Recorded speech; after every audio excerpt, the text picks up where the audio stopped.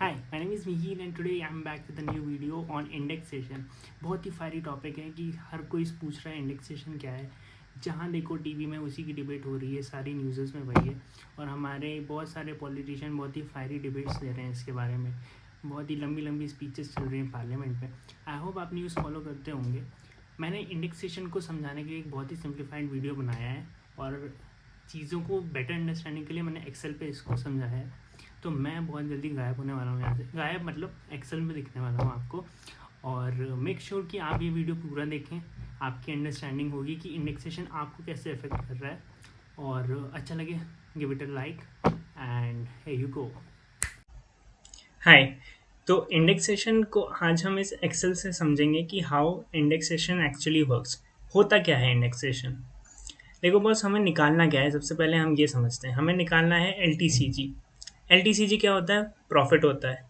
Profit कैसे निकलता है? Selling price minus cost price से ही आपका प्रॉफिट निकलता है। सो इंडेक्सेशन तरीका है कॉस्ट प्राइस निकालने का। सेलिंग प्राइस तो आप निकाल लोगे, बेसिकली आपने जिस कीमत पे बेची वही आपकी सेलिंग प्राइस है, लेकिन कॉस्ट प्राइस कैसे निकालोगे? तो इंडेक्सेशन एक तरीका था जिससे हम अपनी कॉस्ट प्राइस निकालते हैं। वो कैसे निकालते हैं? गवर्नमेंट एक नंबर निकालती है हर साल जिसको हम CII बोलते हैं, कॉस्ट इन्फ्लेशन इंडेक्सेशन, जो मैंने यहाँ पे इस टेबल में भी दिखाया हुआ है आपको।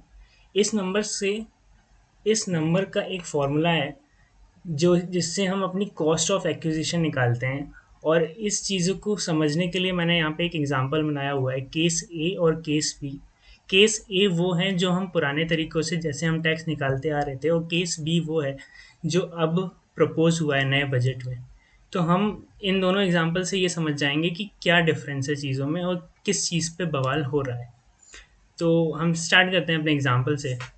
सपोज़ आपने 2001 में एक 5 लाख रुपए की प्रॉपर्टी खरीदी थी और आज की डेट में 2024 में आप उसको 25 लैक्स में बेचना चाह रहे हो। साथ ही साथ आपने 1 लाख रुपए ट्रांसफ़र एक्सपेंस लगा दिए, मान लीजिए वो कुछ स्टैम्प ड्यूटी हो सकती है, कुछ हो सकती है, आपने वो खर्चा कर दिया उसमें। तो इस पे हम LTCG कैसे कैलकुलेट करेंगे? ये पुराना तरीका है। हम फेस वैल्यू ऑफ कंसिडरेशन लेते हैं, full value of consideration, my bad, जो कि 25 लाख रुपीज़ हो गई।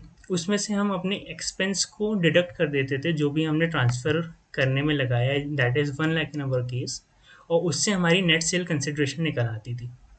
वो हो गई थी हमारी 24 लाख रुपए।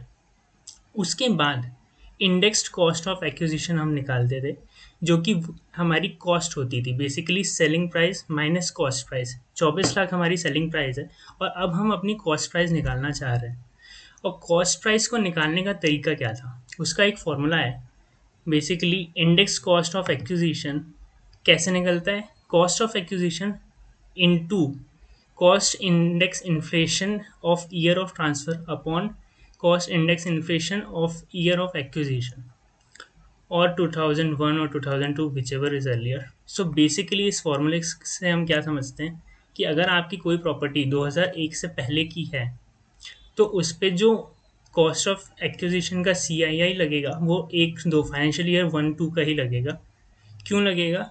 बिकॉज़ वो हम बेस ईयर पकड़ते हैं, हम उतनी डिटेल में नहीं जाते हैं। मैं आपको इस वीडियो के माध्यम से बहुत ही सिंप्लीफाई तरीके से ये बताना चाह रहा हूँ कि अभी कैसे अपना टैक्स कैलकुलेट होता है।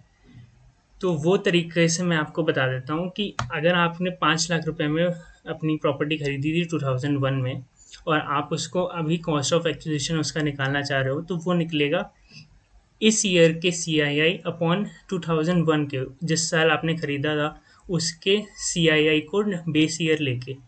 तो आपकी जो कॉस्ट ऑफ एक्विजिशन निकल के आती है, इंडेक्स्ड कॉस्ट ऑफ एक्विजिशन, वो 5 लाख की प्रॉपर्टी का 18,15,000 रुपये आती है।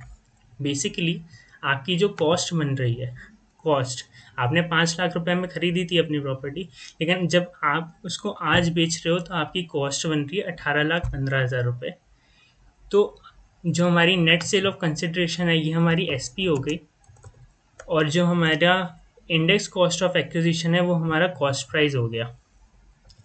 और इन दोनों का जो डिफरेंस आ रहा है वही हमारा LTCG है, वही हमारा प्रॉफिट है, और हम उस पर टैक्स देंगे। यही हमारी टैक्सेबल अमाउंट हो जाती है, क्योंकि पहले LTCG पे 20% का टैक्स लगता था, तो उस हिसाब से अगर हम टैक्स कैलकुलेट करें तो हमारा टैक्स बन रहा था 1,17,000 रुपये। आई होप आपको चीज़ें समझ में आई हो। मैंने इसको सिंप्लीफाई करने की कोशिश की है। अगर आप सीए या फिर किसी भी कॉमर्स फील्ड से आते हो तो ये चीज़ें आपके लिए थोड़ी इजी हो जाएंगी। But this is how it is. आप ऐसे ही टैक्स को कैलकुलेट करते हैं। अब हम अपने दूसरे एग्जाम्पल पे बढ़ते हैं, केस बी पे पढ़ते हैं, जिससे हम समझेंगे कि चेंज क्या हुआ है और मुद्दा क्यों है, क्यों इतनी फायरी डिबेट्स हो रही हैं टीवी चैनल पे। तो जो चीज़ें बदली हैं वो ये हैं कि हम अपने सेम एग्जाम्पल को लेके चलेंगे, कुछ भी उसमें छेड़छाड़ नहीं करेंगे। और अगर हम उससे कंसिडरेशन, अपनी फुल वैल्यू ऑफ कंसिडरेशन निकालें तो वो सेम है 25 लाख माइनस एक्सपेंस, और नेट सेल कंसिडरेशन तक हमारा सब कुछ सेम रहता है। उसके बाद इंडेक्स कॉस्ट ऑफ एक्विजिशन हट चुकी है। There is no concept of index cost of acquisition now. उसकी जगह हम अपनी बेस ईयर की जो भी हमारी कॉस्ट ऑफ एक्विजिशन थी वही पकड़ने वाले हैं, दैट इज़ 5 लाख रुपीज़। और अब जो हमारा एल है वो हमारा बहुत ही सिंप्लीफाई तरीके से आप इसको कह सकते हैं, ये हमारी सेल प्राइस हो गई है और ये हमारी कॉस्ट प्राइस हो गई है, और इस पे हम अपना टैक्स निकालने वाले हैं जो कि 19 लाख रुपए बन रहा है इस एग्जांपल में। बट टैक्स रेट चेंज हो गया है यहाँ पे। पहले टैक्स रेट 20% था, बट अब ये फ्लैट 12.5% हो गया है। तो अब जो आपका टैक्स है वो 19 लाख टैक्सेबल अमाउंट पे 12.5% से निकालें तो 2,37,500 रुपीज़ बन रहा है टैक्स आपका। लेकिन अगर आप डिफरेंस देखें पुरानी स्कीम और न्यू स्कीम में, कि तो आप देखेंगे कि 1,20,500 रुपये का आपका एक्स्ट्रा टैक्स जा रहा है नए तरीके से। तो एट द एंड चीज़ें अफेक्ट कहाँ हो रही हैं, वो आपकी पॉकेट पे पड़ रही हैं। अगर आप अपनी पुरानी प्रॉपर्टी बेच रहे हो, so you are going to pay more tax now, and this is something जो कि मतलब मैं आप पे छोड़ता हूँ कि ये चीज़ें आपको कैसी लग रही हैं देखने में। इस पे हमारी ऑनरेबल फाइनेंस मिनिस्टर ने कहा है कि ये सिंप्लीफिकेशन ऑफ टैक्सेशन है, this has been done to simplify taxation. Is it really ma'am? क्या ये सिंप्लीफाई हो रही हैं चीज़ें या और कॉम्प्लेक्स हो गई हैं मॉनेटरी वाइज? ऑल्सो गवर्नमेंट ने ये बता दिया है कि ये जो इंडेक्सेशन है, जो भी प्रॉपर्टीज़ 2001 तक खरीदी गई हैं उनको इंडेक्सेशन बेनिफिट मिलता रहेगा, लेकिन 2001 के बाद की जितनी भी प्रॉपर्टीज़ हैं उन पे ये नई प्रपोज चीज़ हो सकती है। सो अभी ये चीज़ें पार्लियामेंट में हैं, डिबेट्स हो रही हैं, बहुत कुछ हो रहा है। अगर ये चीज़ प्रपोज हो जाती है तो एट द एंड इसका क्रक्स ये है कि आपकी जेब से ज़्यादा टैक्स जाने वाला है, और ये किसी भी केस सिनेरियो में आप ये सारी कैलकुलेशन करेंगे आपका टैक्स ज़्यादा ही आएगा, कम नहीं आएगा। And that is it for today guys. I hope I am able to make you understand things. और कमेंट ज़रूर करना कि आपको कैसा लगा, आपको समझा, आपको जमा, और आपकी अपनी क्या ओपिनियन है इस पे।